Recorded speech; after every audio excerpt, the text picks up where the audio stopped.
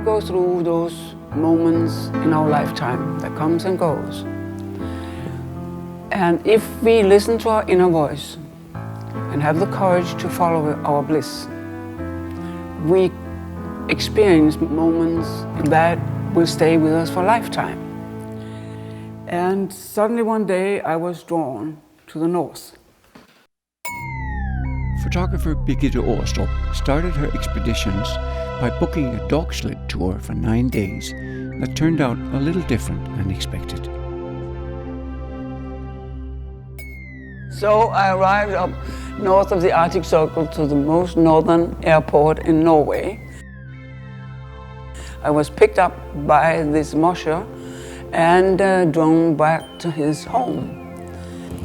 And then suddenly I was told I have to be my own musher with 6 dogs in front of me. That was not what I counted on. I thought I was going to sit in a sledge just enjoying with a reindeer skin over me, but that was not the fact. So I asked the assistant to the musher, can you please let me try this sledge before we go off? And he took me on a tour through the forest, and every time we had to drive around a tree, the sledge went one way and the dogs another way, and I fell off. And that happened 3 times. So when I came back, I said to the leader of this group, I said, I think I need to resign and go back home. So the musher himself came up with his wolf eyes and looked straight at me and said, you deserve at least to try it. You're wanted to do this for a whole year. I will take you to the first cabin, and if you cannot manage, you can go back with me. So the first cabin was a piece of cake because it was over a lake and there were no trees to turn around, so we went straight up to a cabin with the northern light glimmering above us. And I said, I can handle this. Little did I know that we had to go up over mountains, down mountains, and around trees to other cabins along the road. But now I was on, I couldn't change my mind. We came in heavy snowstorms. Sometimes you couldn't see whether it was heaven or earth you were on. You couldn't see where you were running. I could only see a red jacket far in front of me and hoping that the dogs knew where they were going. And there were times where we didn't even know if the dogs could find the way back. But we ended up coming back, and I must say that was amazing.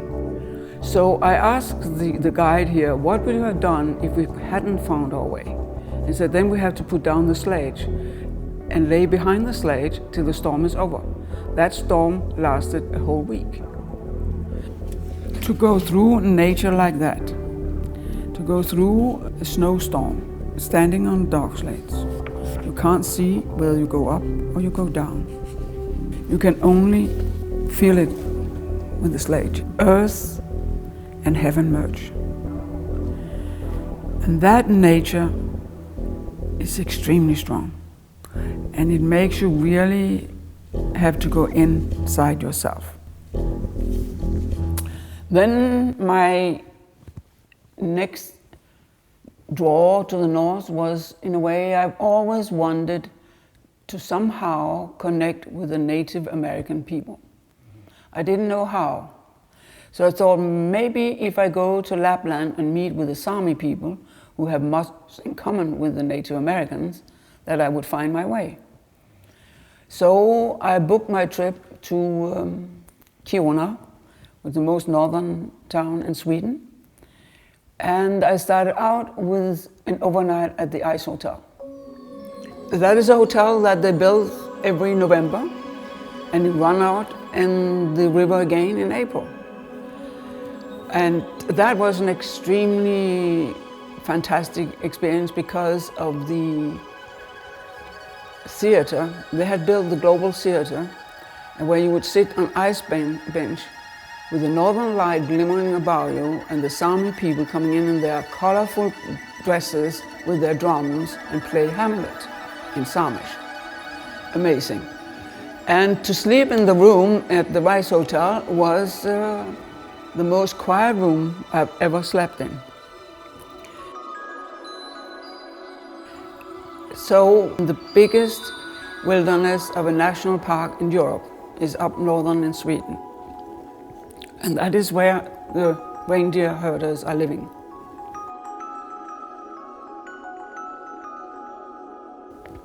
So it was their winter market.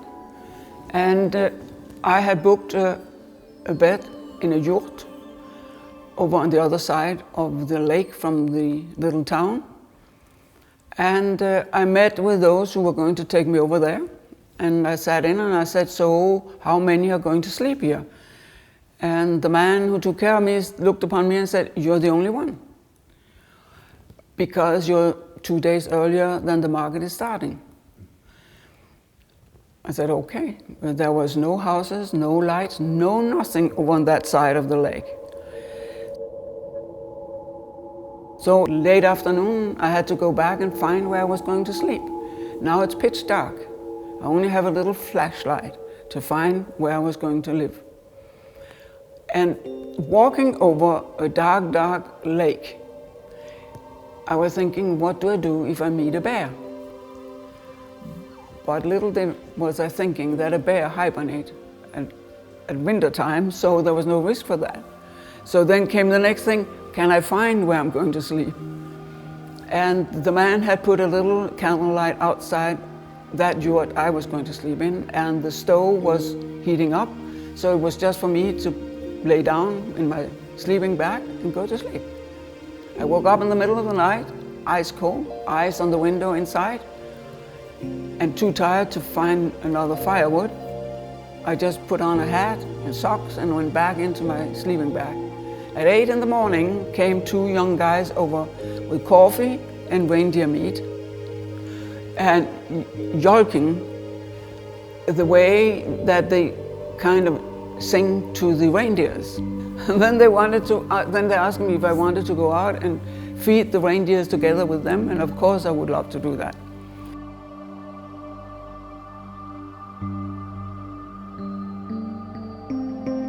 That was kind of then my experience with a lot of artists and people of the Sami. And I wanted to go to something called Padjelanda. Padjelanda is the most beautiful lake up in the wilderness up high up in Sweden. And so I called the helicopter. And the helicopter said, no, we cannot take you into Padjelanda because you're not a Sami. That was something I respected very much, because instead of letting tourists run down their culture and their nature and everything as they do in other places, here the Sami protect their own culture. And I had then to find somebody, I met somebody who sold reindeer meat at the winter market. So I sent her an email and asked her if she could give me an invitation. It took me a week before she answered. And then she said, you are welcome to come in and stay with us. We are in Padjelanda. Which to me was really full of luck, because there are many places to go in that wilderness high up in Sweden. And then she said, now we are leaving for Padjelanda. You cannot contact us. There's no phones, there are no roads, there are no nothing. So we just expect you to arrive on July 27. So I took the bus of the flying to Stockholm and I said, whoa, what if I don't find them in that wilderness? And the helicopter went down in Aarestrup, and an old Sami went off the helicopter. And I said, by the way, that is where I should get off. And the helicopter said, no, you're not a Sami. I have to fly you to Stallulukta, and your people who you're going to live with here have to get you in Stallulukta. So they came to Stallulukta in a boat to pick me up. And then I stayed with them for 2 weeks. The Sami stories taught me a lot about life, because man and woman overlap each other. There's nothing said you have to do or it's your turn. They automatically step in when they feel they're needed. And hunting for moose, for example, the man will go out a couple of weeks, and they live totally alone out in nowhere in the mountains to hunt a moose. And if he comes back and he hasn't shot any, then she goes out alone in the mountain to shoot one. And so there is no really man-woman role, but they just respect each other and help each other. When you live in a wilderness like that, you are totally in the pocket of nature. So you have to help each other. But talking about the North, the Celtic wisdom calls it the challenger. The challenger because you have to face truth and you have to be aware of the consequences for your actions when you're out in the North. Otherwise you might not survive. Meeting with the Sami people and sitting in their yurts over a cup of coffee, I asked one of the elderly, how come in a way that you Sami people have been traveling so much? You're sitting so far north.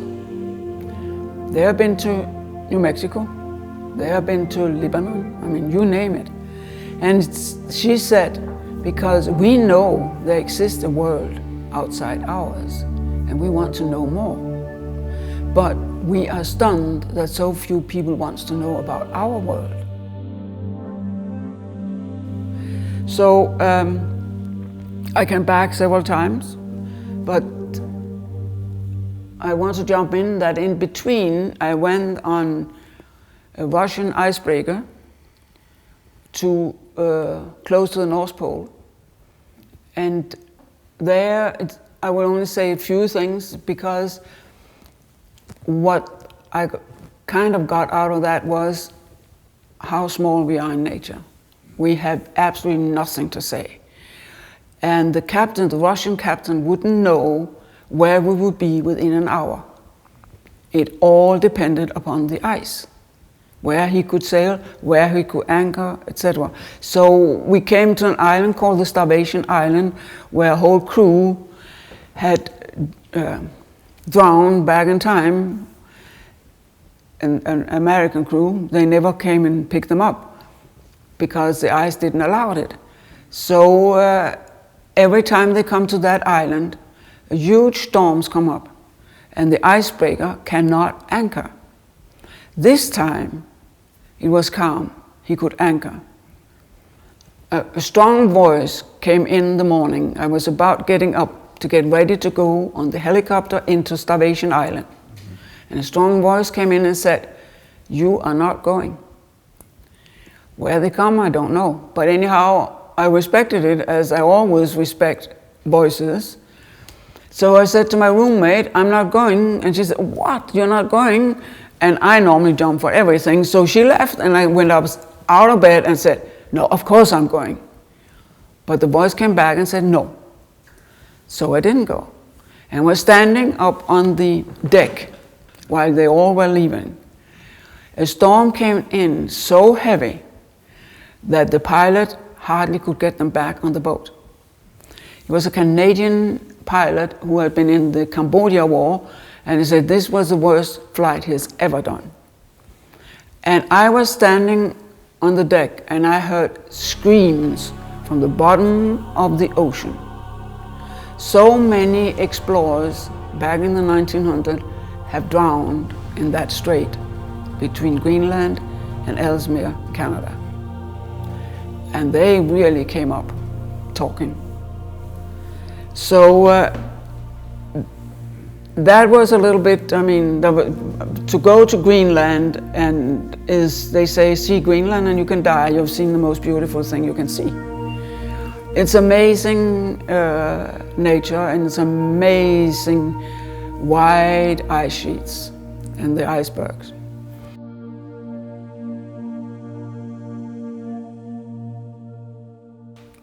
Then I came back, as I said a couple of times, to the Sami.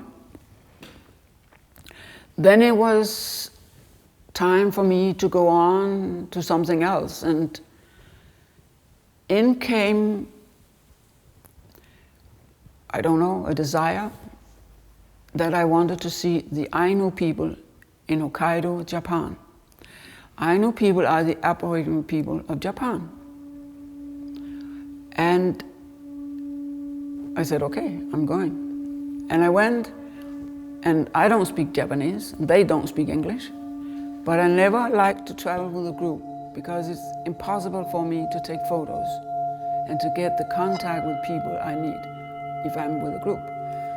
And had a fantastic tour because I was invited by the elderly people by showing my Sami book.